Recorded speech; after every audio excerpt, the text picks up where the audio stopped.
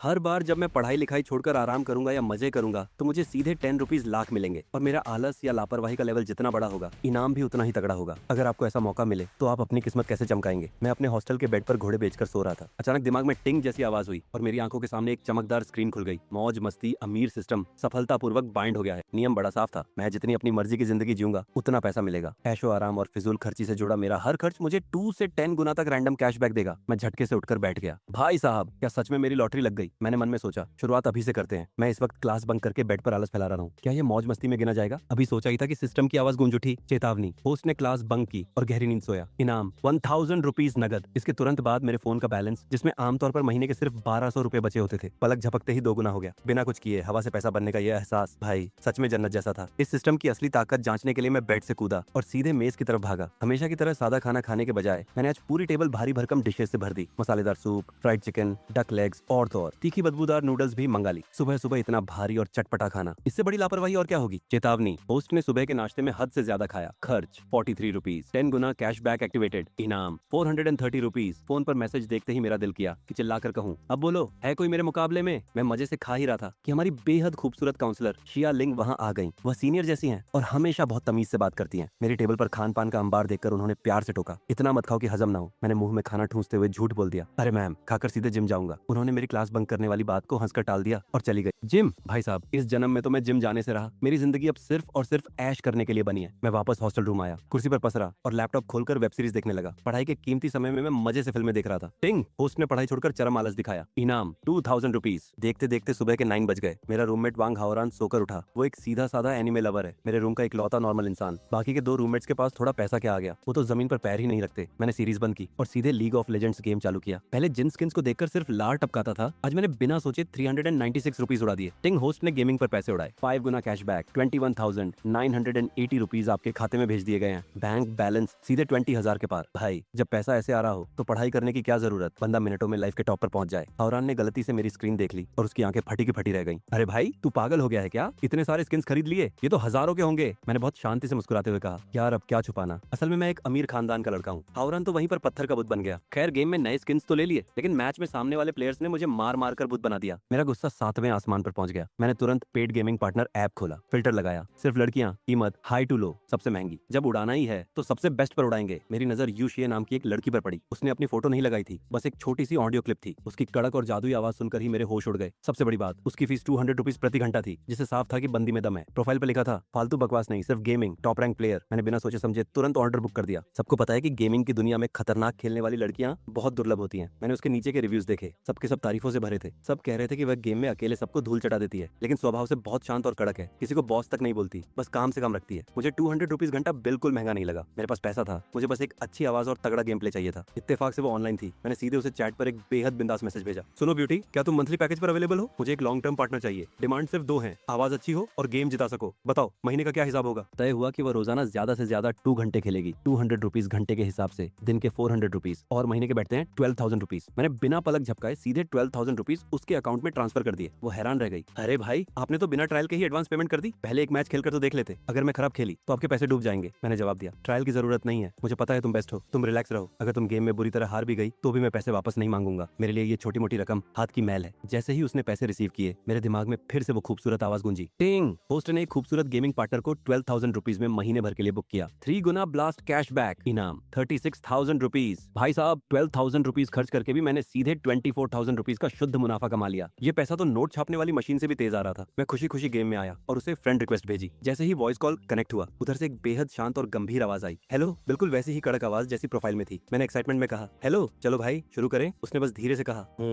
वाह। ये एटीट्यूड भी मस्त था, लेकिन जैसे ही हम दोनों लॉबी में पहुंचे, एक भयंकर गड़बड़ हो गई। यू शिए का अकाउंट भले ही छोटा था, लेकिन उसका रैंक प्लैटिनम 2 था और मैं एक गरीब सिल्वर प्लेयर था। गेम के नियमों के मुताबिक सिल्वर वाला प्लेयर सिर्फ गोल्ड वाले के साथ खेल सकता है। प्लैटिनम के तो हम आसपास भी नहीं भटक सकते थे। मेरे पसीने छूट गए। उधर से उसने माइक पर कहा, अरे मुझे नहीं पता था कि तुम्हारा रैंक इतना कम है। रुको, मेरे पास एक गोल्ड रैंक का छोटा अकाउंट है, मैं आईडी बदल कर आती हूँ। मैंने झेपते हुए कहा, हाँ सॉरी यार। उसने कहा, कोई बात नहीं, मैं थोड़ा सीधा बोलती हूँ, कहीं तुम्हारी सेल्फ रिस्पेक्ट को ठेस तो नहीं लगी? अगर बुरा लगा हो तो तुम मुझे डांट सकते हो। मैं इतनी शांति से बिना कुछ किए मैच जीत रहा था कि मुझे खुद गेम खेलने की मेहनत ही नहीं करनी पड़ी। घटिया सर्विस है भाई, ऐसी बिना मेहनत के जीत वाले 10 मैच मुझे और खिलाओ। अगले 2 घंटों तक उस रेन स्कॉर्पियन ने मेरे रास्ते में आने वाले हर दुश्मन का नामो निशान मिटा दिया। जब आखिरी मैच शुरू हुआ तो 2 घंटे पूरे होने में सिर्फ 5 मिनट बचे थे, फिर भी उसने पूरा मैच आखिरी तक खेला। उसके इस प्रोफेशनल बर्ताव के लिए एक बड़ा सा लाइक तो बनता है। गेम खेलने का मजा एकदम 7वें आसमान पर था। हालांकि उसने पूरे टाइम फालतू की बकवास नहीं की और न ही कोई अश्लील या ओछी बातें की, पर उसकी आवाज इतनी खूबसूरत थी कि सुनकर दिल को एक अजीब सा सुकून मिल रहा था। ऊपर से उसका ये गॉड लेवल गेम प्ले, पूरे महीने के लिए उसे बुक करके मेरा तो तगड़ा फायदा हो गया। समय पूरा होते ही रेन स्कॉर्पियन ने ठंडे लहजे में याद दिलाया, आखिरी मैच खत्म हो गया है। मैंने कहा कोई बात नहीं, आज बहुत मजा आया, कल फिर खेलेंगे, मैं तुम्हें मैसेज कर दूंगा। सुनो, अपना वीचैट दे दो ताकि बात करना आसान रहे। मैंने मौके का फायदा उठाते हुए दोस्ती का हाथ बढ़ाया। उसने मना कर दिया, मैं कस्टमर्स को वीचैट पर ऐड नहीं करती। मैंने कहा अरे ऐसा मत करो, मैं तो तुम्हारा परमानेंट ग्राहक हूँ। वीचैट पर रहोगे तो मैं सीधे पैसे तुम्हें ट्रांसफर कर दूंगा, इससे ऐप का कमीशन भी बच जाएगा। कितना फायदा होगा तुम्हारा। मेरी ये बात सुनकर दूसरी तरफ सन्नाटा छा गया। जाहिर है पैसे बचाने और एक अमीर कस्टमर को हाथ से न जाने देने के लालच ने उसके नियमों को हरा दिया। वह मान गई। जब मैंने उसे ऐड किया तो उसका प्रोफाइल पिक्चर एक बैंगनी बालों वाली एनिमे लड़की का था, बिल्कुल उसी की तरह शांत और प्यारी। वह फोटो उस पर बिल्कुल सूट कर रही थी, जबकि मेरा प्रोफाइल पिक्चर एक कार्टून सफेद बंदर का था, एकदम बिंदास और बेफिक्र। हम दोनों ने एक ही समय पर एक दूसरे की टाइमलाइन चेक की, पर वहाँ सिर्फ एक खाली लाइन दिख रही थी, क्योंकि हम दोनों ने सिर्फ 3 दिन की पोस्ट देखने का प्राइवेसी लॉक लगा रखा था। दोनों ही सोशल मीडिया पर शांत रहने वाले लोग निकले। उसी जियांगचेंग यूनिवर्सिटी के गर्ल्स हॉस्टल के एक कमरे में चेन यूशेंग ने बिना किसी एक्सप्रेशन के अपने हेडफोन उतारे। उसने अपना लैपटॉप बंद किया। काली स्टॉकिंग से ढकी उसकी लंबी और खूबसूरत टांगे कमरे की लाइट में चमक रही थी। ये लड़की यूशेंग भी बड़ी अजीब थी। मौसम चाहे जो हो, वह साल के 365 दिन हमेशा ब्लैक स्टॉकिंग्स पहनकर ही रहती थी, लेकिन दूसरों की नजरों में वो बनी ही इस लुक के लिए थी। उसकी टांगों पर वो स्टॉकिंग्स इतनी लाजवाब लगती थी कि उसमें कोई अश्लीलता नहीं, बल्कि एक प्राकृतिक और कातिलाना खूबसूरती दिखती थी। लैपटॉप बंद करके यूशेंग खाना खाने बाहर जाने लगी। जब वो हॉस्टल के कमरे के शीशे के सामने से गुजरी तो शीशे में दिख रहे उस चेहरे पर, जिसके लिए हजारों लड़के पागल थे, एक गहरी थकान और लाचारी साफ झलक रही थी। करती भी क्या, उसकी माँ अस्पताल में गंभीर रूप से बीमार थी। हॉस्पिटल के बिल किसी यमराज के फरमान की तरह आ रहे थे। खर्चा बढ़ता ही जा रहा था और घर की सारी जमा पूंजी खत्म हो चुकी थी। अब सब कुछ अकेले उसी के कंधों पर था। पैसे कमाने के लिए वो कॉलेज की लैब में प्रोफेसर के अंडर काम करती थी और छोटे मोटे बिजनेस प्रोजेक्ट संभालती थी, पर वो पैसा ऊंट के मुंह में जीरे जैसा था। इसलिए मजबूरन उसने अपनी गेमिंग स्किल्स का फायदा उठाया और पार्ट टाइम गेम पार्टनर का काम शुरू कर दिया। इस काम में कमाई का कोई भरोसा नहीं होता। कभी कभी आधी रात को आदेश आता तो नींद से आंखें बंद होने पर भी उसे जबरदस्ती जागकर गेम खेलना पड़ता था, क्योंकि उसे नहीं पता था कि अगले पैसे कहां से आएंगे। लेकिन आज तो जैसे उसकी किस्मत का ताला ही खुल गया था। एक सुपी दाबाइये नाम के अमीर लड़के ने सीधे ₹1,15,000 फेंके और उसे पूरे महीने के लिए बुक कर लिया। वह शुरुआत में तो डर गई थी कि ये साला कहीं मेरे ऊपर कोई गलत नजर तो नहीं रख रहा, लेकिन 2 घंटे गेम खेलने के बाद उसे लगा कि यह लड़का तो किसी शरीफ और संस्कारी स्कूल के बच्चे जैसा सीधा है। न उसने कोई पर्सनल सवाल पूछे, न तस्वीरें मांगी और न ही कोई गंदी या डबल मीनिंग बात की। पूरा गेम एकदम साफ सुथरा था। वह बस उसके पीछे पीछे भागता रहा और उसकी तारीफों के पुल बांधता रहा। वह सोच सोच कर थक गई कि कोई इंसान सिर्फ अच्छी आवाज और अच्छे गेम प्ले के लिए इतने सारे पैसे कैसे उड़ा सकता है। शायद उसके पास बहुत ज्यादा पैसा था। उसने सोचना छोड़ दिया। जो भी हो, पैसे तो अब उसके पास आ चुके थे। अब हर महीने उसे एक तय रकम मिलेगी, जिससे उसकी माँ के इलाज का खर्च आराम से निकल जाएगा। उसने मुस्कुराकर सोचा, ऐसा सीधा, अमीर और कम परेशान करने वाला कस्टमर भगवान सबको दे। बॉयज हॉस्टल का कमरा नंबर 510। मैंने अपना लैपटॉप बंद किया, अपने दोस्त वांग हौरान के कंधे पर हाथ मारा और कहा, चल भाई पेट पूजा करने चलते हैं। अभी दोपहर के 12 ही बजे थे, इसलिए मेस में ज्यादा भीड़ नहीं थी। मैं हौरन को लेकर स्टाइल से आगे बढ़ा और भीड़ वाली पहली मंजिल को छोड़ते हुए सीधे दूसरी मंजिल के वीआईपी स्पेशल फूड सेक्शन की तरफ चल दिया। हौरान ने चौंक कर कहा, अरे भाई सच में सेकंड फ्लोर पे खाएगा क्या? यहाँ का खाना बहुत महंगा है और पैसे के हिसाब से बिल्कुल ठीक नहीं है। वांग हौरान थोड़ा हिचकिचा रहा था। आखिरकार उसके घर के हालात भी मेरे जैसे ही थे, जब तक कि मैंने अपनी अमीरी के बारे में सच नहीं बताया था। हम दोनों ही एकदम टिपिकल गरीब स्टूडेंट थे। मैंने हवा में हाथ हिलाते हुए पूरे रौब के साथ कहा, डरता क्यों है साले? आज तेरा भाई पैसे देगा, 4 सब्जी और एक सूप आज खुलकर मंगाएंगे। वांग हौरान की आंखें फटी की फटी रह गईं। ओह भाई साहब, भाई तू आजकल इतना हवा में उड़ रहा है क्या? हमारे रूम के उन दोनों अमीरजादों का भी ऐसा एटीट्यूड नहीं होता। धत, वो दोनों साले सिर्फ दिखावा करते हैं। सेकंड फ्लोर पर पार्टी देने की औकात नहीं है उनकी। मक्खी चूस कहीं के। खाना ऑर्डर करते समय हम दोनों में से किसी ने भी हाथ नहीं रोका। रोस्टेड फिश, जीरा मटन, चिकन मशरूम स्ट्यू, झींगा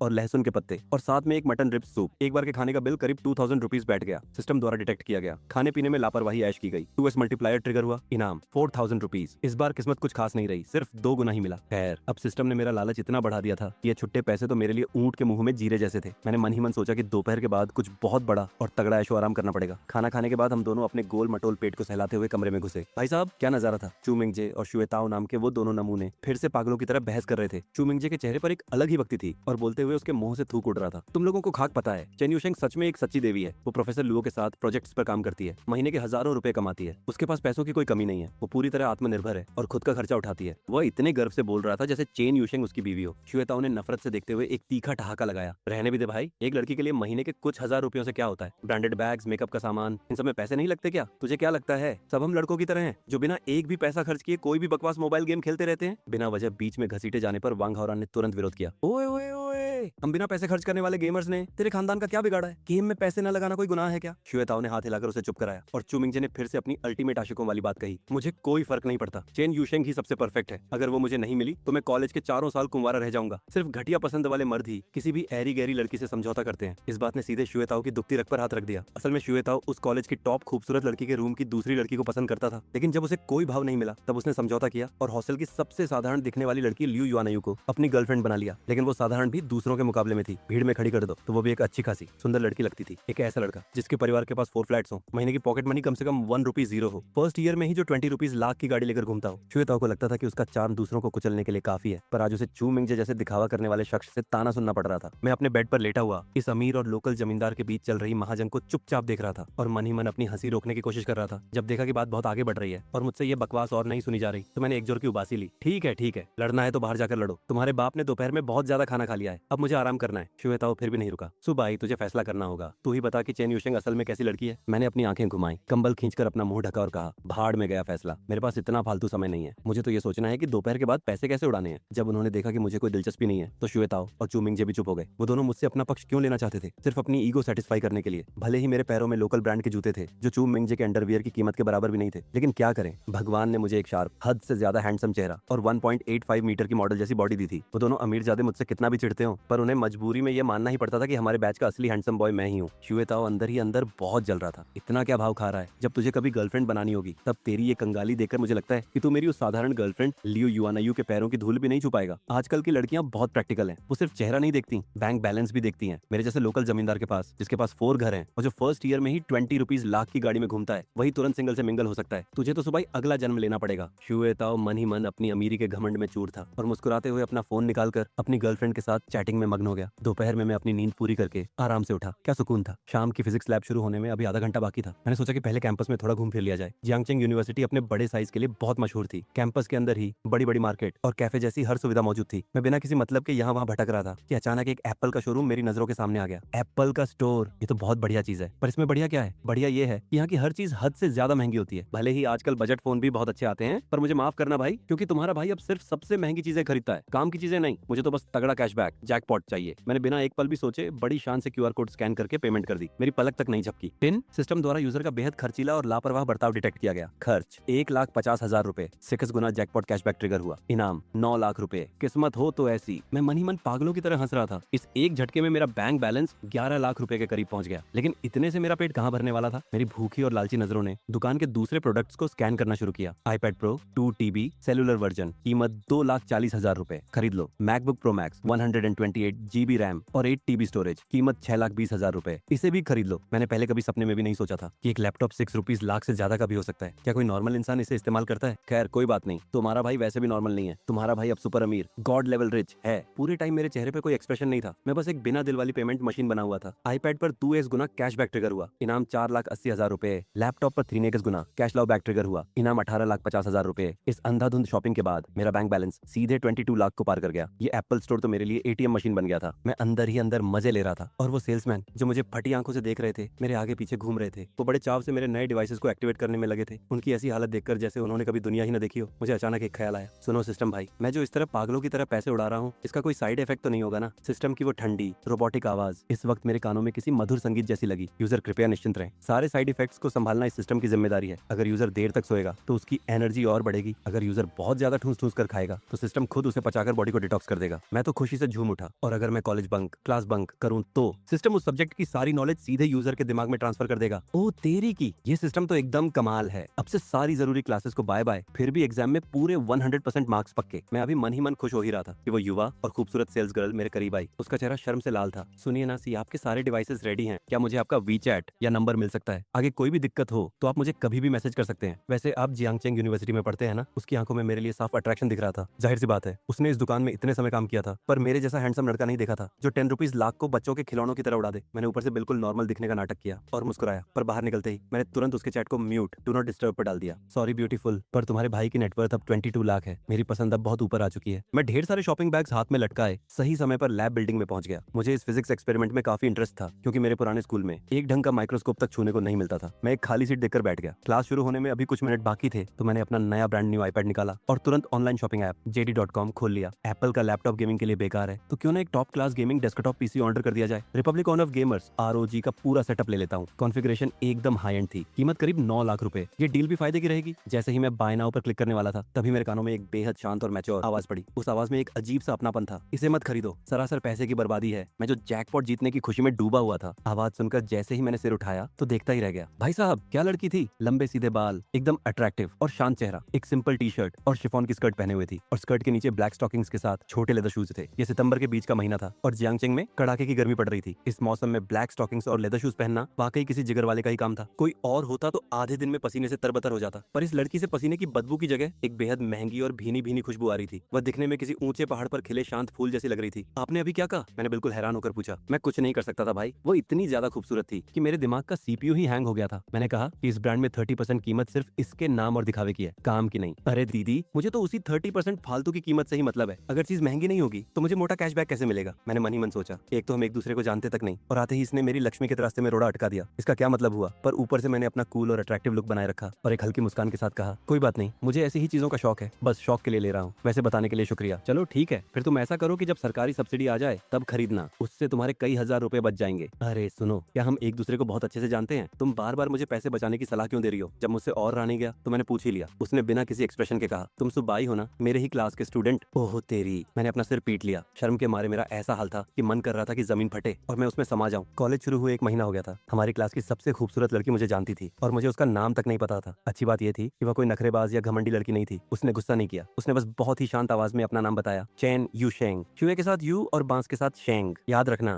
मैंने तुरंत हाँ में सिर हिलाया। उसने आगे कहा, हम दोनों फिजिक्स एक्सपेरिमेंट में एक ही ग्रुप में हैं, हमें साथ में रिपोर्ट लिखनी होगी, तो अपना वीचैट दे दो। यह सुनकर मैं मन ही मन बहुत खुश हुआ। अभी कुछ दिन पहले ही हमारे रूम का वो आशिक चुमिंगजे चैन यूशेंग का वीचैट नंबर पाने के लिए न जाने क्या क्या पैंतरे आजमा रहा था। पूरा फिल्मी ड्रामा रच दिया था उसने, पर उसे बदले में एक डॉट तक नसीब नहीं हुआ था। इसने सोचा था भाई कि हमारे रूम नंबर 510 में से इस ड्रीम गर्ल का वीचैट सबसे पहले मुझे यानी सुबाई को मिलेगा। ये तो एक तरफा जीत थी। मैंने बहुत ही कैजुअल अंदाज में अपना क्यूआर कोड उसकी तरफ बढ़ा दिया। उसने स्क्रीन देखी और उसकी भौहें थोड़ी सिकुड़ गईं। अरे मुझे लगता है मैंने तुम्हें पहले से ऐड कर रखा है क्या? ऐसा है क्या? मैंने पूछा। उसने स्क्रीन दिखाते हुए कहा, तुम्हारी प्रोफाइल पिक्चर कैसी है? बैंगनी बालों वाली एक एनिमे लड़की। रुको मुझे ढूंढने दो। और तभी ओ भाई साहब, हम दोनों के बीच एक पल के लिए ऐसा सन्नाटा छा गया जैसे कोई मर गया हो। चेन यूशेंग अपने वीचैट पर उस कार्टून वाले बड़े सफेद बंदर की फोटो देख रही थी और फिर सिर उठाकर मेरे इस हैंडसम चेहरे को देख रही थी। भले ही वह कितनी भी शांत और गंभीर रहने वाली लड़की क्यों न हो, पर इस वक्त वह अपनी हंसी और शर्म नहीं रोक पाई। उसका चेहरा साफ लाल हो चुका था और यकीनन वह भी अंदर ही अंदर बेहद अजीब महसूस कर रही होगी। पर मेरे जिगर की भी दाद देनी पड़ेगी ऐसी भयंकर बेइज्जती वाले माहौल में भी। सबसे पहले मैं ही बोला, अरे दीदी, तुम गेम पार्टनर पेवान का काम अपनी असली आईडी से करती हो क्या? तुम्हारे अंदर प्राइवेसी को लेकर थोड़ी भी समझ नहीं है? भला कौन शरीफ इंसान गेमिंग के काम के लिए अपना पर्सनल अकाउंट यूज करता है? मैंने पहले ही कहा था ना कि मैं कभी किसी कस्टमर को अपने वीचैट पे ऐड नहीं करती। तुम ऐसे पहले इंसान हो जिसे मैंने ऐड किया था। चैन यूशेंग की आवाज में एक अजीब सी शिकायत और झुंझलाहट थी। मुझे क्या पता था कि मेरा कस्टमर मेरी ही क्लास का स्टूडेंट निकलेगा। उसकी यह बात सुनते ही हवा में अचानक एक अजीब सा रोमांटिक और नटखट सा माहौल बन गया। मैंने तुरंत अपनी बात को संभालने के लिए 2 बार कृत्रिम रूप से खांसा और टॉपिक बदल दिया। जल्दी से एक दूसरा फेक अकाउंट बना लो, आगे से इस काम में थोड़ा दिमाग इस्तेमाल करना, ठीक है? अच्छा बताओ, इस एक्सपेरिमेंट में काम कैसे बांटना है? तुम खुद एक्सपेरिमेंट करोगी या सिर्फ डेटा नोट करोगी? उसने तुरंत कहा, मैं डेटा नोट कर लेती हूँ, मेरी प्रैक्टिकल स्किल्स थोड़ी कमजोर है। मैंने हैरानी से पूछा, तुम तो प्रोफेसर लुओ के साथ रिसर्च करती हो ना, तो फिर तुम्हारी प्रैक्टिकल स्किल्स कैसे खराब हो सकती हैं? उसने जवाब दिया, कंप्यूटर रिसर्च में सिर्फ कीबोर्ड पर उंगलियां चलानी होती हैं, हाथों से कोई सामान नहीं जोड़ना होता। समझ गया। और इसके बाद फिर से सन्नाटा छा गया। मुझे लगता है कि मेरा आईक्यू और बात करने का तरीका काफी अच्छा है, तो यकीनन ये चेन यूशेंग की ही दिक्कत थी। ये लड़की ऊपर से जितनी शांत और स्टाइलिश दिखती है, अंदर से उतनी ही मासूम, भोली और थोड़ी बुद्धू टाइप है। ये बात उसके मुझे बार बार गेमिंग पीसी अरोजी खरीदने से रोकने की जिद से ही साफ दिख रही थी। अच्छा हुआ कि तभी प्रोफेसर ने क्लास की पीपीटी पढ़नी शुरू कर दी, जिसने हमारे बीच के इस अजीब सन्नाटे को तोड़ दिया। मानना पड़ेगा भाई, कुंज यूनिवर्सिटी के प्रोफेसर के पास सुलाने की जो कला होती है वो कमाल की होती है। उनकी वो भारी लोकल भाषा, जियांगचेंग डायलेक्ट और ऊपर से फिजिक्स के वो अजीब और मुश्किल शब्द। चेन यूशेंग एक तो पहले से ही इस अजीब खुलासे की वजह से डरी हुई थी, ऊपर से हाल ही में रात रात भर जागकर गेमिंग ऑर्डर्स पूरे करने की वजह से उसकी नींद पूरी नहीं हुई थी। सुनते सुनते उसका सिर धीरे धीरे नीचे झुकने लगा और वह सीधे सपनों की दुनिया में खो गई। पीछे से दूसरी रो में जो लड़की बैठी है, खड़े होकर इस सवाल का जवाब दो। प्रोफेसर ने पूरे निशाने के साथ एक चाक का टुकड़ा फेंका जो सीधा चेन यूशेंग की टेबल पर जाकर गिरा। चेन यूशेंग अचानक झटके से जागी, वह खड़ी हो गई और बिल्कुल हैरान होकर ब्लैक बोर्ड को देखने लगी। जरा इस कांस्टेंट से जुड़ी सावधानियों के बारे में बताओ। जब मैंने देखा कि हमारी क्लास की ड्रीम गर्ल की बेइज्जती होने वाली है, तो मैंने टेबल के नीचे से अपनी पेन की नोक से उसकी ब्लैक स्टॉकिंग से ढकी खूबसूरत लंबी टांग पर धीरे से इशारा किया और बिना किसी को पता चले अपनी एक्सपेरिमेंट बुक उसकी तरफ बढ़ा दी। चेन यूशेंग ने अपनी तिरछी नजरों से देखा और वो 1 सेकंड में सब समझ गई। उसने अपना गला साफ किया। सर, इसकी मुख्य रूप से 3 सावधानियां हैं। पहली ये है कि प्रोफेसर ने तसल्ली से सिर हिलाया, बहुत बढ़िया, तुम्हारा बेसिक बहुत मजबूत है, बैठ जाओ। इस सब्जेक्ट के मार्क्स फाइनल रिजल्ट में जुड़ते हैं, इसलिए सब लोग इस पर ध्यान दे। चेन यूशेंग जैसे ही नीचे बैठी, उसने चुपके से मेरी तरफ हाथ से थैंक यू का इशारा किया। शुक्रिया, मैंने अपनी भौहें उचकाई। ये तो बस रोज का काम है, कोई बड़ी बात नहीं। उसने फुसफुसाते हुए कहा, तुम सच में कमाल हो, इतनी उबाऊ क्लास में भी तुम सब कुछ सुन रहे थे। सच कहूँ तो मैंने भी कुछ नहीं सुना था, बस किस्मत से वही पेज खुला हुआ था। लेकिन असल में ये सब मेरे सिस्टम भाई का कमाल था। जब मैं क्लास में ध्यान नहीं दे रहा था तो सिस्टम ने इसे मेरी लापरवाही ऐश माना, जिसकी वजह से मुझे न सिर्फ 10,000 रुपए का कैशबैक मिला, बल्कि इस फिजिक्स एक्सपेरिमेंट की सारी नॉलेज सीधे मेरे दिमाग में फिट हो गई। जब बाकी बच्चे अभी भी किताबों के पन्ने पलट रहे थे और परेशान हो रहे थे, तब मैंने फटाफट चुटकियों में अपना एक्सपेरिमेंट पूरा कर लिया। चेन यूशेंग ने डेटा नोट करने का काम संभाला। हम दोनों की पार्टनरशिप एकदम परफेक्ट रही। और सबसे मजेदार बात यह थी कि वो सिरदर्द देने वाली एक्सपेरिमेंट रिपोर्ट भी सिस्टम भाई ने खुद ही पूरी कर दी थी। हमारी स्पीड इतनी तेज थी कि हम पूरी क्लास में सबसे पहले एक्सपेरिमेंट खत्म करके बाहर आ गए। चैन यूशेंग मुझे इस तरह देख रही थी जैसे वो मेरी बेहद शुक्रगुजार हो। जैसे ही हम लैब बिल्डिंग से बाहर आए, मैं वहाँ से रफू चक्कर होने ही वाला था कि चैन यूशेंग ने अचानक पीछे से मुझे आवाज दी, अरे सुनो रुको। वो अपनी टी शर्ट का कोना चबा रही थी और काफी देर तक हिचकिचाते हुए अटक अटक कर बोली, वो मैं जो गेम पार्टनर का काम करती हूँ मुझसे बिल्कुल रहा नहीं गया और मेरे मुंह से जोर की हंसी छूट गई। अरे दीदी, तुम्हें सच में ऐसा लगा क्या कि मैं किसी विलन की तरह डायलॉग मारूंगा कि मिस चैन तुम भी नहीं चाहोगी ना कि कॉलेज में बाकी सबको तुम्हारी इस सच्चाई का पता चले? ऐसा कुछ नहीं है यार, अपना दिल बिल्कुल साफ रखो। तुम्हारा भाई उसूलों वाला और एक नंबर का शरीफ कस्टमर है। मैं पीठ पीछे किसी की बातें इधर उधर नहीं करता। Thank you. चैन यूशेंग ने चैन की सांस ली, पर उसे अभी थोड़ा शक था। सच में? मैंने बेबसी से आसमान की तरफ देखा। क्या अब मुझे यकीन दिलाने के लिए कसम खानी पड़ेगी या फिर कहो तो तुम्हारे सामने घुटने टेक कर पैर छू लूं? मेरी इस बढ़ा चढ़ाकर कही गई बात को सुनकर वह मुस्कुरा उठी। आखिरकार उसके होठों पर एक प्यारी सी मुस्कान आ ही गई। उसकी वह मुस्कान ऐसी थी जैसे मानो कड़ाके की ठंड में बर्फ पिघल गई हो और चारों तरफ बाहर आ गई हो। मैं उस एक पल में समझ गया कि आखिर कॉलेज के सारे लड़के उसके पीछे पागलों की तरह क्यों पड़े रहते हैं। इस शांत और सीरियस दिखने वाली लड़की की मुस्कान वाकई किसी परमाणु बम जैसी कातिलाना थी। अभी मैं उसकी इस कातिल मुस्कान के चक्कर में थोड़ा होश खो ही रहा था कि तभी चेन यूशेंग ने जैसे कोई बड़ा खजाना ढूंढ लिया हो। वो अपनी आंखें फाड़े मुझे लगातार घूरने लगी। उसने एक गहरी सांस ली और संकोच करते हुए पूछा, तुमने अभी क्या कहा था? मैंने कहा कि मैं तुम्हारी बात पक्का सीक्रेट रखूंगा। नहीं, ये वाली लाइन नहीं, इसके बाद जो तुमने कहा था। अरे, मैं बिल्कुल हैरान हो गया। चेन यूशेंग उतावली होने लगी। वो हाथों से इशारे करते हुए बोलने लगी, वही जो डायलॉग था उस एनिमे का जो तुमने अभी अभी बोला। मेरे दिमाग की बत्ती अचानक जली और मेरे मुंह से तुरंत जापानी डायलॉग निकला, ओनेगाई वाताशी। हाँ हाँ, बिल्कुल यही। चेन यूशेंग ने खुशी से झूमते हुए लगातार सिर हिलाया। ओह तेरी, तो तुम भी अंदर से एक पक्की एनिमे लवर निकली। मेरी आंखें फटी की फटी रह गईं। वो हर वक्त गंभीर रहने वाली ड्रीम गर्ल इस समय किसी छोटी बच्ची की तरह खुश हो रही थी, जैसे उसे उसकी अपनी गैंग मिल गई हो। कैफे के अंदर मैं सामने बैठी उस लड़की को देख रहा था जो हाथ में आइस लाटे पकड़े बिना रुके लगातार नॉन स्टॉप बोले जा रही थी। मुझे खुद पर ही बहुत बड़ा शक होने लगा था। साला ये झूठ किसने फैलाया था कि चेन यूशेंग एक बहुत ही शांत और घमंडी लड़की है। घमंडी खाक है। अभी कुछ देर पहले ही यही लड़की खुद दौड़कर मेरे पास आई थी अपने सीक्रेट कोड मैच करने। और मजे की बात देखो, हम दोनों एक ही गर्ल्स बैंड एनीमे के बहुत बड़े दीवाने निकले। अब तो बात ही क्या थी, उसे ऐसा लगा जैसे उसे उसकी बरसों पुरानी बिछड़ी हुई सहेली मिल गई हो। उसकी बातें करने की इच्छा का बांध पूरी तरह टूट चुका था। और हद तो तब हो गई जब हमें पता चला कि शॉर्ट वीडियो देखने की हमारी पसंद भी एक जैसी ही है। वही अजीब और funny roast video, food blogs और गैजेट्स के रिव्यूज। ये कोई शांत रहने वाली पढ़ाकू लड़की नहीं थी। ये साला बिल्कुल इस दुनिया में मेरा ही दूसरा रूप, फीमेल वर्जन थी। मैं तो दंग रह गया था। फिल्मी कहानियों के हिसाब से तो ऐसी लंबे बालों वाली स्टाइलिश लड़की का शौक क्लासिकल म्यूजिक सुनना और ब्रांडेड बैग्स खरीदना होना चाहिए था ना, पर मुझे उसके अंदर पूरी तरह से अपनी ही परछाई नजर आ रही थी। इस बड़े झटके के अलावा मेरे दिल में थोड़ी सी एक्साइटमेंट भी थी। आखिरकार इस दुनिया में खुद को समझने वाला कोई इंसान मिलना बहुत मुश्किल होता है, और ऊपर से वो इंसान अगर इतनी कमाल की खूबसूरत लड़की हो तो फिर बात ही क्या है। हम बहुत मजे से बातें कर रहे थे कि तभी किस्मत से हम दोनों ने एक ही साथ नीचे झुककर कॉफी की चुस्की ली। कमरे में अचानक सन्नाटा छा गया। मेरी और उसकी नजरें हवा में आपस में सीधे टकराईं और फिर जैसे किसी को करंट लगा हो, हम दोनों ने तुरंत अपनी नजरें चुरा ली। माहौल एकदम से बहुत ही अजीब और ब्लशिंग हो गया। कॉफी खत्म करने के बाद मैंने उसी कैफे से बहुत सारे महंगे और ट्रेंडिंग वीआईपी मीठा पैक करवाए और हॉस्टल के कमरे में लौट आया। मैंने वो सारे डेजर्ट्स अपने दोस्त वांग हावरान की टेबल पर फेंकते हुए कहा, खा ले।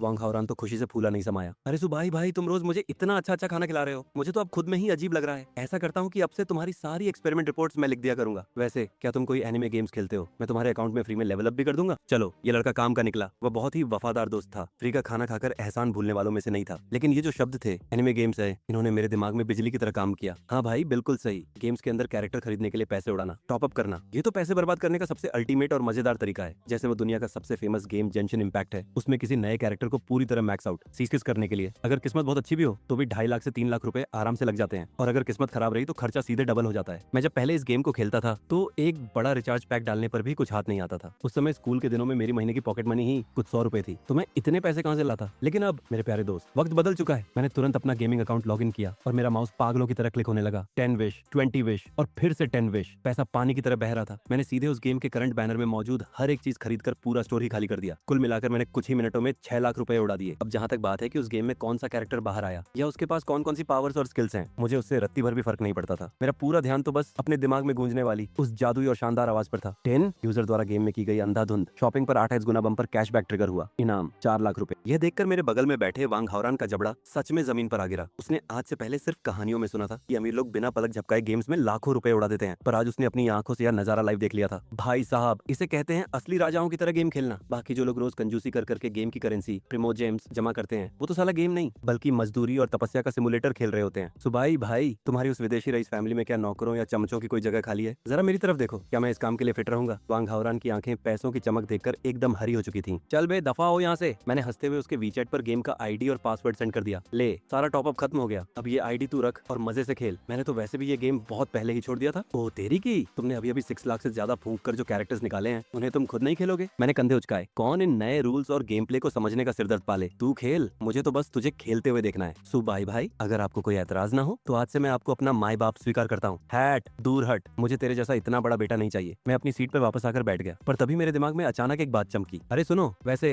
इस कंपनी के 2 और भी तो ऐसे ही गेम्स है ना? वांग हाओरान की आंखों में मानो फिर से बिजली दौड़ गई और उसने पागलों की तरह से हिलाया। हाँ बिल्कुल है भाई, एकदम है। ठीक आधे घंटे बाद वांग हाओरान के कंप्यूटर की स्क्रीन पर जेंशन इम्पैक्ट और जेनलेस जोन जीरो खुले हुए थे और उसके मोबाइल में होकाई स्टार रेल दौड़ रहा था। ये लड़का सच में एक साथ 3 गेम्स संभाल रहा था और वो भी इतने स्मूथ तरीके से कि मैं तो खुद देखकर दंग रह गया। ये आइडिया तो सिस्टम के बिना किसी झिझक के पैसे उड़ाने और ऐश करने वाले रूल पर एकदम परफेक्ट बैठता था। बस इन 3 गेम्स में अंधाधुंध पैसा बहाने की बदौलत मेरे बैंक अकाउंट का बैलेंस सारे रिकॉर्ड्स तोड़ते हुए सीधे 11 लाख के पार पहुंच गया। कहां वो एप्पल स्टोर के खर्च और कहां ये गेमिंग। एप्पल स्टोर तो इसके आगे बिल्कुल फीका था। ये गाचा मोबाइल गेम्स ही पैसे उड़ाने की असली और अमर जन्नत है। ये तो मेरे लिए एक कभी न रुकने वाली पैसों की परपेचुअल मोशन मशीन बन चुकी थी। मैंने वांग हाओरान के कंधे पर हाथ रखा और बहुत ही सीरियस होकर बड़े भाई की तरह कहा, देख भाई, अब से इन तीनों गेम्स में जब भी कोई नया कैरेक्टर आए तो सबसे पहले मुझे आकर बताना। पैसे उड़ाने की जिम्मेदारी मेरी और गेम को पूरी तरह निचोड़ने की जिम्मेदारी तेरी। क्या क्या सच में सारे कैरेक्टर्स को पूरा मैक्स आउट करना है? बिल्कुल टॉप लेवल तक लेकर जाना है। एक भी विश कम रह गई तो ये मेरे सिस्टम भाई का बहुत बड़ा अपमान होगा। वांग हाओरान अब मुझे जिस नजारे से देख रहा था मानो साक्षात भगवान उसके सामने आ खड़े हुए हों। इसे कहते हैं असली गॉड लेवल अमीर इंसान। पैसा पानी की तरह बह रहा है पर घमंड रत्ती भर भी नहीं है। और जरा हमारे रूम के उन बाकी 2 लड़कों को देखो, एक वो नकली आशिक चूमिंगजे और वो दूसरा लोकल घमंडी लड़का। सालों की औकात क्या है, ये कभी हमारे सुबाई भाई की बराबरी कर ही नहीं सकते। तभी मेरे दिमाग में सिस्टम की वो जानी पहचानी टोन फिर से बजी। 10 डिटेक्ट किया गया है कि होस्ट का बैंक बैलेंस 11 लाख को पार कर चुका है। इनाम के तौर पर आपको एक luxury car lucky draw coupon दिया जाता है। कृपया इसी तरह बिना सोचे समझे पैसे उड़ाना और ऐश करना जारी रखें। लग्जरी कार का कूपन? मेरे होठों पर एक गहरी मुस्कान आ गई। यह जियांगचेंग शहर इतना बड़ा है, यहाँ बिना अपनी गाड़ी के घूमना वाकई काफी मुश्किल था। मैंने तुरंत अपने दिमाग में सिस्टम का इंटरफेस खोला ताकि देख सकूं कि इस लकी ड्रॉ से कौन सी चमचमाती गाड़ी बाहर आने वाली है। इस लग्जरी कार कूपन का सीधा सा मतलब ये था कि सिस्टम मुझे 30 रुपीज लाख से लेकर 3 करोड़ की रेंज में कोई भी एक शानदार लग्जरी गाड़ी बिल्कुल रैंडम तरीके से गिफ्ट करेगा। और सबसे बड़ी बात, गाड़ी के सारे पेपर्स और कानूनी फॉर्मेलिटीज बिल्कुल पक्के और लीगल होंगे। गाड़ी जितनी ज्यादा महंगी होगी उसके निकलने के चांस उतने ही कम होंगे। ये भी साला मोबाइल गेम के जैसा ही सिस्टम था। जहाँ तक बात सुपरफास्ट स्पोर्ट्स कारों की है तो वो इस कूपन के सबसे रेयर इनाम थे जिनके निकलने के चांस ना के बराबर थे। मुझे वैसे भी गाड़ियों के बारे में बहुत ज्यादा नॉलेज नहीं थी। आखिरकार मैं पहले एक गरीब स्टूडेंट ही तो था। मेरी कार की समझ सिर्फ ऑडी, BMW और मर्सिडीज तक ही सीमित थी। पर मेरा मूड एकदम चिल था क्योंकि अगर मेरी किस्मत बहुत ज्यादा खराब भी रही तो भी कम से कम 30 लाख की बेस मॉडल वाली कार तो पक्का मिलनी ही थी। और एक आम इंसान के लिए तो वो भी एक बहुत बड़ी और आलीशान गाड़ी होती है। चलो भाई शुरू करो। मैंने मन ही मन बटन दबाया। लकी ड्रॉ का वो पहिया मेरे दिमाग में पागलों की तरह घूमने लगा। धीरे धीरे उसकी स्पीड कम हुई और आखिरकार उसका कांटा एक बहुत ही पतली और बेहद खास लाइन पर जाकर बिल्कुल स्थिर हो गया। मेरा दिल खुशी से उछल पड़ा। भाई साहब, काम सेट हो गया। ये कोई मामूली बेस मॉडल तो बिल्कुल नहीं है। बधाई हो यूजर, आपने जीती है मर्सिडीज बेंज GLE 450 और मैटिक लग्जरी एडिशन। मार्केट में इसकी ऑफिशियल कीमत करीब 1.1 करोड़ है। स्क्रीन पर धीरे धीरे घूमते हुए उस गाड़ी के शानदार 3D होलोग्राम को देखकर मेरी हंसी रुकने का नाम नहीं ले रही थी। एकदम चमचमाती काले रंग की मिड साइज लग्जरी SUV। उसका लुक इतना धांसू और रौबदार था कि देखते ही बनता था। बिजनेस क्लास वाला VIP लुक और अमीरी का एहसास एकदम कूट कूट कर भरा था। अंदर 280 का हाई पावर इंजन और साथ में 48V का माइल्ड हाइब्रिड सिस्टम, यानी एक्सीलेटर पर पैर रखते ही गाड़ी हवा से बातें करेगी। चलाने में तो ये बेहतरीन थी ही, पर सबसे बड़ी और खास बात क्या थी, इस गाड़ी के अंदर का स्पेस जगह बहुत ही बड़ा और आलीशान था। अब आगे जब भी मैं किसी सुंदर लड़की को लॉन्ग ड्राइव या घूमने के लिए ले जाऊंगा तो अंदर का माहौल बेहद कंफर्टेबल और रॉयल रहेगा। मैंने अपनी कॉलर ठीक करते हुए मन ही मन मजे लिए। अरे वाह, मर्सिडीज वाले भी बड़े किस्मत वाले निकले जो उन्हें मुझ जैसे गॉड लेवल अमीर सुबाई के नाम का फायदा उठाने का मौका मिल गया। अभी कुछ ही मिनट बीते थे कि मेरे वीचैट पर अचानक एक नई फ्रेंड रिक्वेस्ट पॉपअप हुई। सामने वाले की प्रोफाइल पिक्चर में एक सूट बूट पहने और छोटे बालों वाला आदमी दिख रहा था। मैसेज में लिखा था, नमस्ते सर, मिस्टर सू, मैं जियांगचेंग यूनिवर्सिटी एरिया के official Mercedes Benz 4S showroom का sales manager Guo Yuan Hang बात कर रहा हूँ। आप मुझे छोटा गुओ, चाओ गुओ बुला सकते हैं। आपकी मनपसंद गाड़ी पूरी तरह से तैयार करके शोरूम में खड़ी कर दी गई है। आप जब भी फ्री हो कृपया अपनी गाड़ी की डिलीवरी लेने के लिए आ सकते हैं। हमारे शोरूम की सबसे खूबसूरत और top star sales girl personally आपकी पूरी खातिरदारी और सर्विस के लिए मौजूद रहेगी। कल सुबह लगभग 9:30 बजे मेरी क्लास खत्म होते ही मैं वहाँ आ जाऊंगा। कल सुबह फिर से वही बेकार क्लास है। सच कहें तो आप आराम से अपने हॉस्टल के कमरे में सो सकते हैं। इससे न केवल आपको सिस्टम से 1000 रुपए का इनाम मिलेगा बल्कि सिस्टम सारा ज्ञान सीधे आपके दिमाग में डाल देगा। लेकिन इस क्लास को छोड़ने की हिम्मत आप में नहीं है क्योंकि कल सुबह C++ की क्लास है। इसे पढ़ाने वाली एक बहुत ही सख्त और पुरानी सोच वाली अधेड़ उम्र की महिला है। लोग उन्हें यमराज जैसा समझते हैं और वह कंप्यूटर विभाग के 4 सबसे खतरनाक टीचरों में पहले नंबर पर है। उन्हें खतरनाक क्यों कहा जाता है? क्योंकि उनकी क्लास लेने पर फेल होने का पूरा चांस रहता है। वह न केवल पढ़ाती अजीब तरह से है बल्कि अटेंडेंस हाजिरी भी बहुत सख्ती से लेती है। यहाँ तक कि क्लास के बीच मिलने वाले 10 मिनट के आराम के समय में भी वह अटेंडेंस चेक करती है। क्लास छोड़ने के बुरे असर से बचने के बाद अपने कॉलेज के 4 सालों के लिए एक पक्का प्लान बना लिया है। जरूरी क्लास मूड के हिसाब से छोड़ेंगे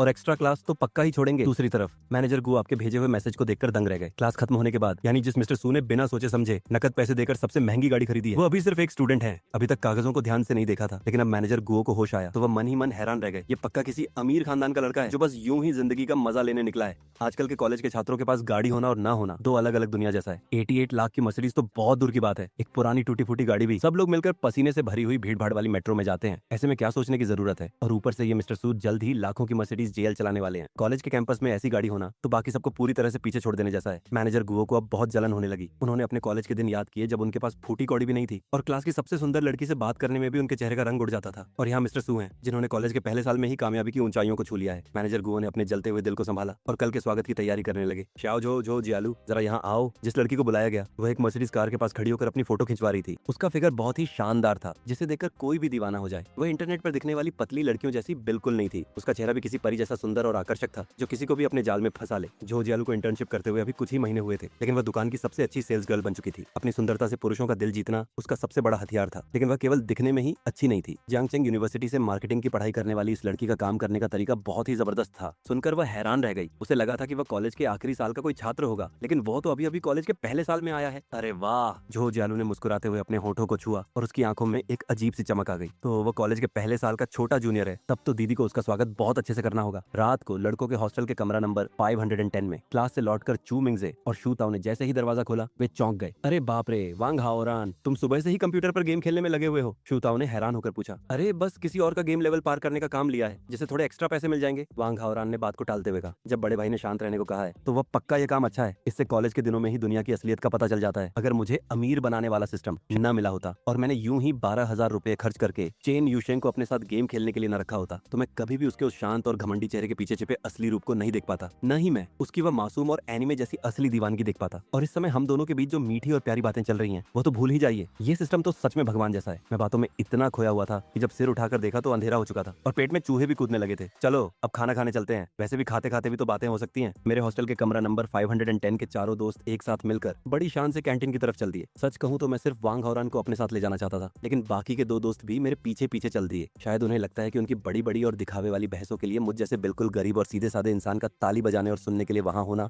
बहुत जरूरी है। जैसे ही हम सब कैंटीन के दरवाजे पे पहुंचे, सामने से दो बहुत ही सुंदर लड़कियां आती हुई दिखाई दी, चेन यूशेंग और लिu युआना युआन। एक तो पूरे कॉलेज की सबसे खूबसूरत और शांत दिखने वाली लड़की थी और दूसरी सीधे साधे स्वभाव की बेहद प्यारी लड़की। जब ये दोनों साथ चलती थी तो हर कोई मुड़ मुड़कर उन्हें भी देखता था। युआना युआन, ये तो बहुत अच्छा इत्तेफाक है, तुम दोनों भी यहाँ खाना खाने आई हो। शू ताओ ने तुरंत अपनी बात बदली और अपने चेहरे पर एक ऐसी मुस्कान लाया जो उसे लगा कि किसी को भी दीवाना बना देगी। हंसते हुए उसकी आंखों के पास ऐसी झुर्रियां पड़ गईं जो बहुत अजीब लग रही थी। चू मिंगजे तो पीठ पीछे हमेशा उसकी इस शक्ल का मजाक उड़ाता था। हाँ, अभी क्लास खत्म हुई है। लिu युआना युआन ने बस पीछा छुड़ाने के लिए सिर हिला दिया। हे हमारी क्लास भी अभी खत्म हुई है। शू ताओ ने पागलों की तरह मुस्कुराते हुए अपना सिर खुजलाया। यह लड़का सुंदर लड़कियों को देखते ही घबरा जाता है, खासकर तब जब सामने चेन यूशेंग जैसी रौबदार लड़की खड़ी हो। शू ताओ अच्छी तरह जानता था कि चेन यूशेंग के सामने लिu युआना युआन तो बहुत साधारण सी लगती है। चेन यूशेंग का अंदाज बहुत कड़क था। वह आमतौर पर लोगों को इतनी ठंडी नजर से देखती थी जैसे कोई बर्फ की छुरी हो। शू ताओ जैसे अधने से लड़के में उससे जाकर बात करने की हिम्मत ही नहीं थी। वह खुद को रोक नहीं पाया और उसने चुपके से चेन यूशेंग की तरफ देखा और डर के मारे थूक गटकने लगा। भाई सच में कमाल है, वह तो बर्फ के पहाड़ पर खिले किसी सुंदर फूल जैसी लगती है। अगर उसके खुद के पास 8 मकान होते तो शायद वह सच में आगे बढ़कर हाथ आजमाने की हिम्मत करता, लेकिन असलियत बहुत कड़वी थी, इसलिए वह बस दूर से देखकर ही मन बहला सकता था। लिu युआन युआन के चेहरे पर दिखावे की मुस्कान थी, पर मन ही मन वह शू ताओ को खूब कोस रही थी। उसने साफ देख लिया था कि शू ताओ किस तरह पागलों की तरह चेन यूशेंग को घूर रहा था। उसकी नजरें ऐसी थीं जैसे वह अभी उसके पैरों में गिर जाएगा। मर्द सच में एक जैसे ही होते हैं, जो पास है उसकी कदर नहीं और दूसरों पर नजर रखते हैं। लिu युआना युआन ने मन ही मन अपना सिर पीट लिया। चलो छोड़ो, अगर तुम मुझ पर पैसे खर्च करने को तैयार न होते तो मैं तुम्हारे जैसे लड़के को घास भी न डालती। रही बात उसे दिल से पसंद करने की तो वह तो भूल ही जाओ। और जब दिल से पसंद करने की बात आई तो लिu युआन युआन की नजरें चुपके से मेरी तरफ घूम गई। मैं सच में बहुत हैंडसम लग रहा था, अच्छी कद काठी, चौड़े कंधे और लंबी हाइट। उसने मन ही मन सोचा होगा कि अगर इस सूबाई के पास भी शू ताओ जितना पैसा होता तो मैं कॉलेज के पहले दिन ही इसके पीछे पड़ जाती। लेकिन अफसोस की बात है कि यह बेचारा तो बहुत गरीब है, जिसके पास खाने तक के पैसे नहीं है। गरीब और सुंदर लड़के सिर्फ दूर से देखने में अच्छे लगते हैं, शादी या प्यार करने के लिए नहीं। यह देखकर कि मैं चुपचाप नीचे सिर झुकाए मोबाइल चला रहा हूँ, लिu युआना युआन बिना किसी डर के मुझे निहारती रही। मेरी अच्छी पर्सनैलिटी को देखकर उसका दिल तेजी से धड़कने लगा और उसका चेहरा थोड़ा लाल हो गया। शू ताओ ने यह सब देख लिया और उसका चेहरा गुस्से से एकदम पीला पड़ गया। उसने अपने गुस्से को दबाया और दांत पीसते हुए कहा, तो फिर हम लोग अंदर जाकर खाना खाते हैं, ठीक है? लिu युआना युआन ने तुरंत अपनी नजरें हटाई और घबराते हुए जवाब दिया। क्योंकि कैंटीन के दरवाजे पर शू ताओ की गर्लफ्रेंड मिल गई थी तो अब एक ही टेबल पर बैठकर खाना खाना पक्का था। ऐसा क्यों? जाहिर है ताकि शू ताओ सबके सामने अपना प्यार जता सके। लोग कहते हैं कि ज्यादा दिखावा करने से रिश्ता टूट जाता है, लेकिन शू ताओ ऐसा नहीं सोचता था। उसे लगता था कि कॉलेज में गर्लफ्रेंड बनाने का असली मजा तभी है जब सब उसे देखें और कुंवारे लड़के जलन के मारे परेशान हो जाएं। तभी तो शू ताओ अपना अजीब सा चेहरा लेकर लिu युआना युआन के पास गया। उसने जैसे ही उसका हाथ पकड़ने की कोशिश की, लिu युआना युआन ने चिढ़कर उसका हाथ झटक दिया। ऐसे हाथ मत लगाओ, अभी हमारे रिश्ते को शुरू हुए कुछ ही दिन तो हुए हैं। तुम मुझसे सच में प्यार करते हो या बस मेरा फायदा उठाना चाहते हो? लिu युआन युआन ने अपने गुस्से को काबू में रखते हुए कहा, अरे मेरी रानी, मैं तो तुमसे ही प्यार करता हूँ। तुम भूल गई कि तुम्हें प्रपोज करने के लिए मैंने कितने सारे पैसे खर्च किए लिए थे। उस बड़े आलीशान होटल में शानदार इंतजाम करवाया था, सिर्फ बुकिंग का खर्चा ही हजारों में था। वहाँ आम लोगों को तो टेबल भी नहीं मिलती। वह तो मैंने अपने चाचा की पहचान का इस्तेमाल किया, तब जाकर कम दाम में बात बनी। हम तो यहीं के रहने वाले हैं, तो इस शहर में हमारी थोड़ी बहुत पहचान तो है ही। लो भाई, शूताओ को जैसे ही मौका मिला उसने अपने अमीर खानदान का दिखावा करना शुरू कर दिया। उसका ये घमंडी अंदाज देखकर किसी को भी उल्टी आ जाए। पास खड़े छू मिंगजे ने अपनी आंखें ऊपर की। उसके चेहरे पर साफ लिखा था, कम पैसे होकर भी इतना दिखावा क्यों कर रहा है। लियू युआन युआन ऊपर से तो मुस्कुरा रही थी, पर मन ही मन वह शूताओ को बहुत गालियां दे रही थी। वह सोच रही थी, अरे भाई तुम्हारा दिमाग खराब है क्या? तुमसे ये सब किसने पूछा? किसी अच्छे होटल में खाना खाने के लिए अगर पूरे पैसे दो तो कोई भी जा सकता है। यहाँ अपनी पहचान का दिखावा क्यों कर रहे हो? क्या तुम्हें लगता है कि मैं सोशल मीडिया नहीं देखती? मुझे सब पता है। लेकिन शूताओ के घमंड को ठेस न पहुंचे, इसलिए उसने जबरदस्ती एक झूठी मुस्कान के साथ कहा, शूताओ तुम्हें तो बहुत जानकारी है, ये सब बातें मुझे पहले नहीं पता थी। हे वो तो है ही, मेरे साथ रहो, आगे तुम्हें और भी बड़ी बड़ी जगह लेकर जाऊंगा। शूताओ खुशी के मारे फूला नहीं समा रहा था। दूसरी तरफ मेरा वो गेम का दीवाना दोस्त वांग हॉरन लाइन में खड़े होकर भी मोबाइल स्क्रीन पर लगातार गेम खेलने में व्यस्त था। वो तो सच में बहुत मेहनती लड़का था। और हमेशा शांत रहने वाली चेन यूशेंग इस समय बिना कोई भाव दिखाए फोन पर तेजी से टाइप कर रही थी। वह मुझसे चुपके से चैट कर रही थी, तुम्हारे ये दोनों दोस्त बहुत नाटक करते हैं, बहुत चिढ़ मच रही है। मैंने रिप्लाई किया, हाँ चिढ़ तो मचती है, लेकिन क्या तुम्हें नहीं लगता कि इन दोनों पागलों को आपस में लड़ते देखना दुनिया का सबसे बड़ा मजा है? ऐसे अजीब लोग बहुत कम देखने को मिलते हैं। बात तो सही है, ऐसा करते हैं, हम इन दोनों पर ध्यान नहीं देते और अलग किसी जगह चलकर खाना खाते हैं। अरे बाप रे, उस खूबसूरत लड़की ने खुद मेरे साथ चलने को कहा, लेकिन अगले ही पल उसने शर्माकर अपना मैसेज डिलीट कर दिया। आजकल के जमाने में लड़कों की सोच बड़ी अजीब हो गई है। ये मत समझो कि हम देश के सबसे अच्छे कॉलेज 985 यूनिवर्सिटी से पढ़े हैं तो बहुत बड़े 30 मार खां बन गए। जब समाज में कदम रखोगे तब पता चलेगा कि दिन रात मेहनत करके जो थोड़ी सी पगार मिलती है उसे कहीं ज्यादा तो लोग बिना कुछ किए घरों का किराया वसूल लेते हैं। शूताओ अपनी बकवास किए जा रहा था। हाँ बिल्कुल, आपके पास 4-4 मकान जो हैं, हम आपकी बराबरी कैसे कर सकते हैं? शहर के बड़े रईस बाबू छू मिंगजे ने पास से ताना मारते हुए कहा। छू मिंगजे ने अपना मुंह बनाया और लड़कियों को पसंद करने का अपना बड़ा ज्ञान देने लगा। तुम्हें कुछ नहीं पता, जो समझदार लड़कियां होती हैं वे सिर्फ पैसा नहीं देखती बल्कि लड़के की काबिलियत देखती हैं। अगर दिमाग में कुछ नहीं है और सिर्फ गंदे पैसे का घमंड है तो कोई भी अच्छी लड़की लात मार देगी। अरे तुम तो जल रहे हो, मैं तो कॉलेज से बाहर निकली छोटी लड़कियों को दुनिया की समझ नहीं होती। जब वे असली दुनिया में आती हैं तो कोई तुम्हारी काबिलियत या बड़े बड़े सपनों की बातें नहीं सुनता। तुम दिन रात मेहनत करके अपनी नौकरी में तरक्की पालो तो भी क्या तुम उतना कमा पाओगे जितना मैं सिर्फ एक मकान के किराए से कमा लेता हूँ? शूताओं ने पलटवार किया। गलत, तुम बिल्कुल गलत कह रहे हो। समाज में जैसे जैसे आगे बढ़ोगे, लो भाई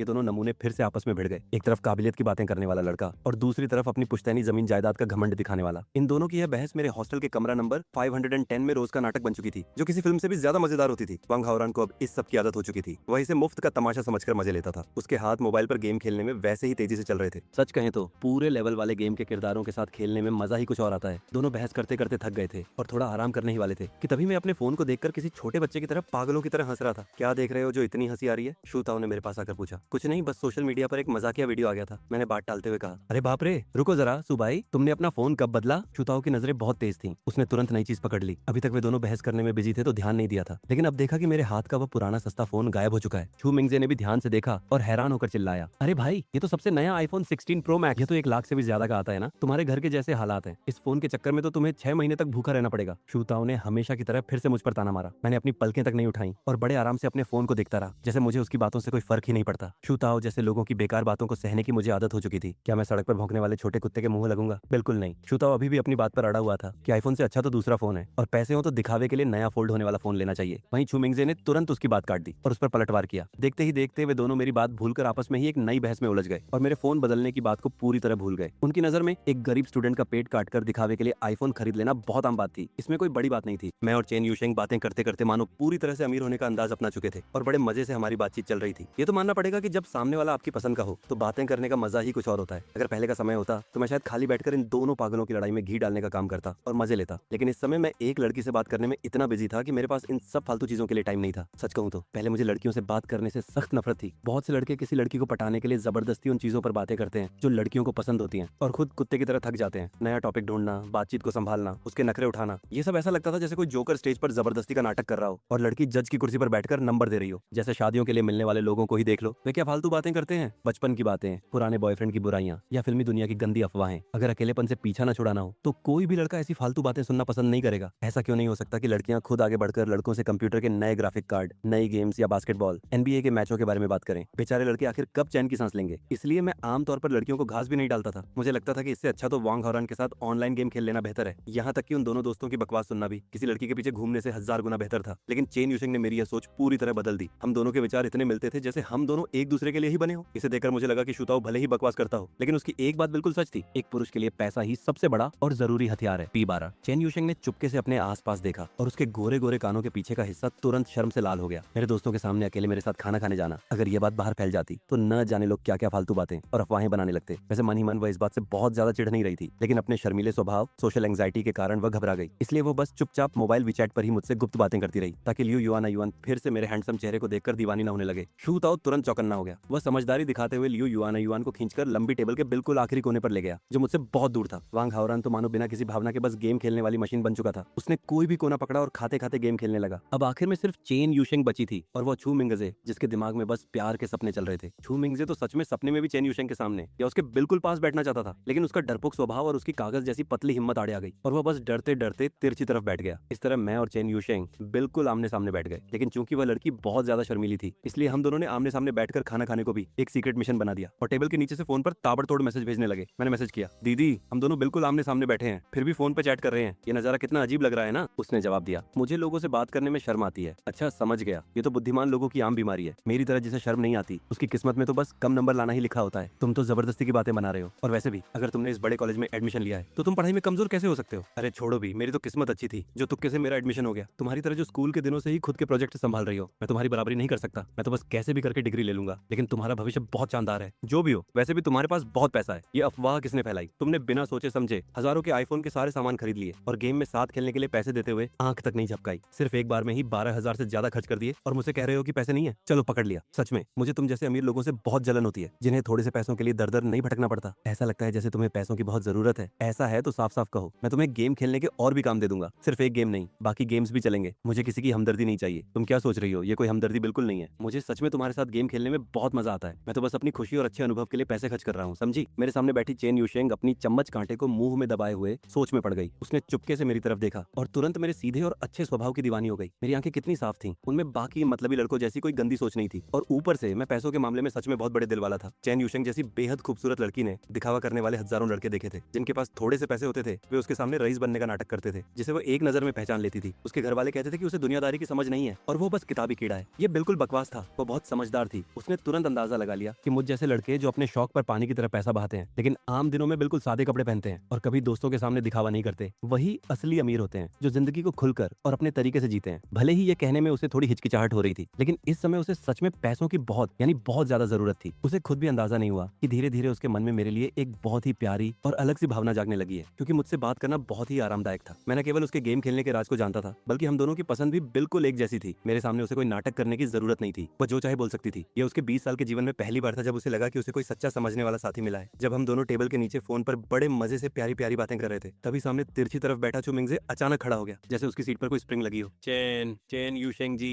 चेन यूशेंग बिल्कुल हैरान होकर फोन से अपना सिर उठाकर देखने लगी। न कुछ नहीं, कोई बात नहीं। चू मिंगजे हवा निकली हुई गेंद की तरह वापस अपनी सीट पर बैठ गया। धिक्कार है, वह कितना डरपोक निकला। इस लड़के ने शायद अपने दिमाग में बात शुरू करने के 800 तरीके सोचे होंगे, लेकिन जब मौका आया तो सिट्टी पिट्टी गुम हो गई। मैं पास बैठे बैठे अपनी हंसी रोक रहा थी। अरे भाई तुम किससे मुकाबला कर रहे हो? तुम्हारा सारा रौब धरा का धरा रह गया। चेन यूशेंग ने मैसेज किया, तुम्हारे इस दोस्त का दिमाग थोड़ा खराब है क्या? मैंने जवाब दिया, धीरे धीरे आदत हो जाएगी। ये दोनों ऐसे ही नमूने हैं। वैसे उनके पास बैठा हुआ गेम खेलने वाला वांग हाओरान काफी सीधा लड़का है। वो जो लगातार फोन चला रहा है, क्या उसे मोबाइल गेम्स का बहुत शौक है? हाँ, मैंने अपना गेम अकाउंट उसे खेलने के लिए दिया है और वो मुफ्त में मेरा गेम लेवल बढ़ा रहा है। दोनों का फायदा है। तुम्हारा अकाउंट, उसमें तो तुमने पक्का बहुत सारे पैसे लगाए होंगे। हाँ, बस ठीक ठाक ही है। इस बार के गेम इवेंट में लगभग 50,000 खर्च हुए हैं। तुम्हारा मतलब है कि अगले इवेंट में तुम फिर से 50,000 खर्च करोगे? तुम अमीर लोगों की दुनिया मेरी समझ से बिल्कुल बाहर है। चेन यूशेंग ने सिर उठाया और एक बहुत ही अजीब नजरिया से मेरी तरफ देखा। उसने एक गहरी सांस ली, जैसे उसने कोई बहुत बड़ा फैसला कर लिया हो। उसकी उंगलियां स्क्रीन पर तेजी से चली और उसने मैसेज भेज दिया, सच कहूं तो मुझे इस समय पैसों की सच में बहुत जरूरत है, इसीलिए कृपया संकोच मत करना और मेरा पूरा इस्तेमाल करना। अगले ही पल चेन यूशेंग ने एक मैसेज डिलीट वापस कर लिया। अरे बाप रे! भले ही मैसेज डिलीट हो गया था, लेकिन उसके वे अजीब और गहरे शब्द मेरे दिमाग में पूरी तरह छप चुके थे और मैसेज वापस लेने से माहौल और भी ज्यादा शर्मनाक और रोमांटिक हो गया था। चेन यूशेंग की वे सुंदर और शांत आंखें अब घबराहट के मारे इधर उधर देखने लगी। उसकी सुंदर और लंबी गर्दन पल भर में उबले हुए झींगे की तरह बिल्कुल लाल हो गई। उसकी वह खूबसूरत गर्दन इस समय बहुत ही आकर्षक लग रही थी। मेरे दिमाग में अचानक एक बहुत ही शरारती और अजीब सा विचार आया कि अगर ऐसे में कोई उसे, तो ये शांत दिखने वाली लड़की पूरी तरह पिघल जाएगी। मेरे दिमाग में ये बहुत ही खतरनाक ख्याल आया, जिससे मैंने थूक गटका और महसूस किया कि मेरा अपना चेहरा भी बिना कंट्रोल के गर्म होने लगा है। तौबा तौबा, मेरा ये ख्याल सच में बहुत अजीब था। शर्मिंदगी अपनी जगह थी, लेकिन मेरा और चेन यूशेंग का दिमाग बिल्कुल एक साथ काम कर रहा था। मैं तुरंत एक पल में उसका मतलब समझ गया। अब इसमें कुछ नहीं किया जा सकता था, आखिर हम दोनों एक जैसे ही तो थे। चेन यूशेंग का आत्मसम्मान बहुत पक्का था, लेकिन यह भी सच था कि उसे पैसों की सख्त जरूरत थी। उसके उस मैसेज को वापस लेने, डिलीट करने के पीछे की सोच को मैंने एक नजर में पहचान लिया। वह मेरे वे 12,000 रुपए मुफ्त में नहीं रखना चाहती थी, बल्कि अपने गेम के हुनर से मुझे कई मैच जिताकर उन पैसों का हक अदा करना चाहती थी या और कमाना चाहती थी। मेरे दिल में उसके लिए एक अजीब सा आदर जागा। आजकल के जमाने में सुंदर लड़कियां लड़कों से पैसे मांगती हैं और कम मिलने पर सोशल मीडिया पर बुराई कर देती हैं। ऐसे में चेन यूशेंग जैसी लड़की जो बराबरी के लेन देन पर यकीन रखती थी, सच में बहुत कम देखने को मिलती थी। मैंने रिप्लाई किया, ठीक है, कल मैं तुम्हारे साथ जी भरकर गेम खेलूंगा। वैसे भी गेम में पैसे लगाने पर मुझे सिस्टम से वापस पैसे मिल जाते हैं, तो मेरा तो कोई नुकसान है ही नहीं। अगली सुबह ठीक 7:30 बजे जैसे ही अलार्म बजा, मैंने उसे तुरंत बंद कर दिया। मेरे दोस्त अभी भी खर्राटे मारते हुए गहरी नींद में सो रहे थे, लेकिन मैं हाथ मुंह धोकर बैग टांगकर बाहर निकल चुका था। अब क्या ही कर सकता था। किस्मत के मारे मुझे उस सख्त मिजाज बूढ़ी प्रोफेसर की C++